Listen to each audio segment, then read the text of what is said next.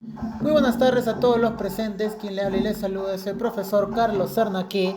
En esta oportunidad vamos a tocar un tema que hace referencia a la geografía, ¿no? Lo que es los fenómenos y los desastres, ¿no? Pero ¿qué nos hacemos referencias como fenómenos y desastres? Fenómeno, tu primo. Desastre, lo que haces en la cocina. No, nada que ver. Estamos refiriéndonos más que nada a los conceptos naturales, ¿no? Los fenómenos y los desastres hacen referencia a las enormes pérdidas materiales y las vidas humanas ocasionadas por eventos o fenómenos naturales, ¿no? Por ejemplo, los terremotos, las inundaciones, los tsunamis, los deslizamientos de tierra, entre otros, ¿no? Aunque también hay que tener en consideración que no todos los fenómenos y desastres son naturales, ¿no? Porque hay también muchos fenómenos y desastres que son causados por acción humana, ¿no? Por ejemplo, el concepto de un deslizamiento de tierra que destruyó todo un pueblo, ¿no? Se pudo haber evitado si no se hubiera talado los árboles o todo lo que tenemos en consideración como fauna por encima del pueblo, ¿no? Ahora, si es que tenemos en consideración la clasificación de los desastres naturales, tenemos que tener en consideración los que se encuentran en el interior de la Tierra, los que son fenómenos meteorológicos, ¿no? Lo que son los de origen biológico y también los desastres sociales, ¿no? Ahora, si es que estamos atendiendo lo que son los fenómenos al interior de la Tierra, tenemos que tener en consideración que tenemos los sismos, que son vibraciones ondulatorias de la corteza terrestre, ocasionado por el choque de dos placas tectónicas en el interior de la Tierra, ¿no? Adicional a ello tenemos los tsunamis, ¿no? Que son consecuencias de consecuencia de terremotos eh, por, en, consecuencia de terremotos submarinos o de abruptos cambios climáticos, ¿no?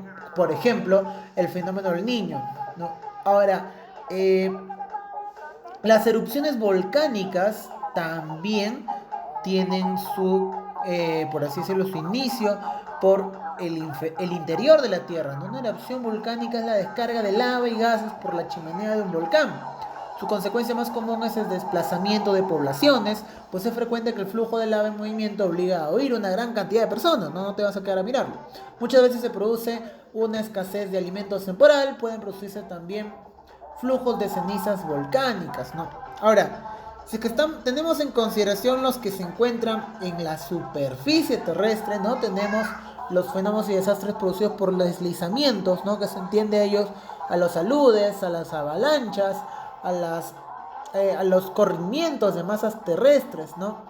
Ahora también tenemos a los aluviones, ¿no? Que hacen referencia a un torrente intenso de agua, la corriente que arrastra diversos sedimentos, ¿no? Como también tenemos el huaico, que es una masa enorme de lodo y peñas que las lluvias torrenciales desprenden de la altura por los Andes y que al caer a los ríos ocasionan su desbordamiento, ¿no?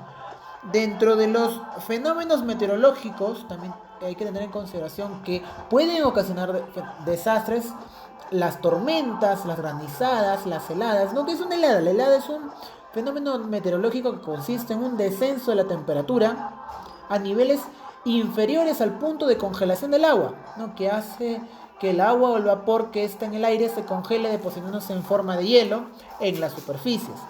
Adicional a ello tenemos las tormentas. Una tormenta es un fenómeno meteorológico caracterizado por la coexistencia próxima de dos masas de aire a diferentes temperaturas, ¿no? Este contraste asociado a los efectos físicos implican lluvias, vientos, relámpagos, truenos, rayos y también los granizos, que es el tema que vamos a tocar, no, que es la parte que vamos a tocar. Los granizos, ¿qué es un granizo? Es una precipitación sólida que son como bolas o grumos de hielo irregular, ¿no? Y se le conoce como una piedra de granizo. También tenemos a los huracanes, ¿no? Huracanes no sufrimos los del sur de América, no más que nada se sufre en el Norteamérica.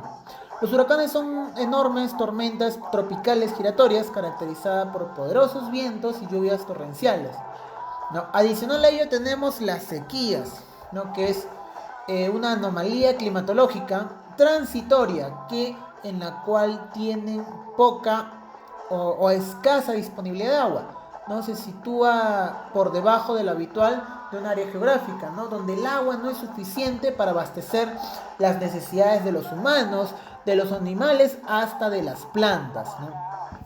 Ahora, hay que tener en consideración que también hay desastres de origen biológico, ¿no? Por ejemplo, lo que estamos viviendo en estos momentos, ¿no? Se produce por un desastre de origen biológico. ¿Es natural? En algunos casos sí. En algunos casos sí es natural, en otros casos es de origen o intención del ser humano, ¿no?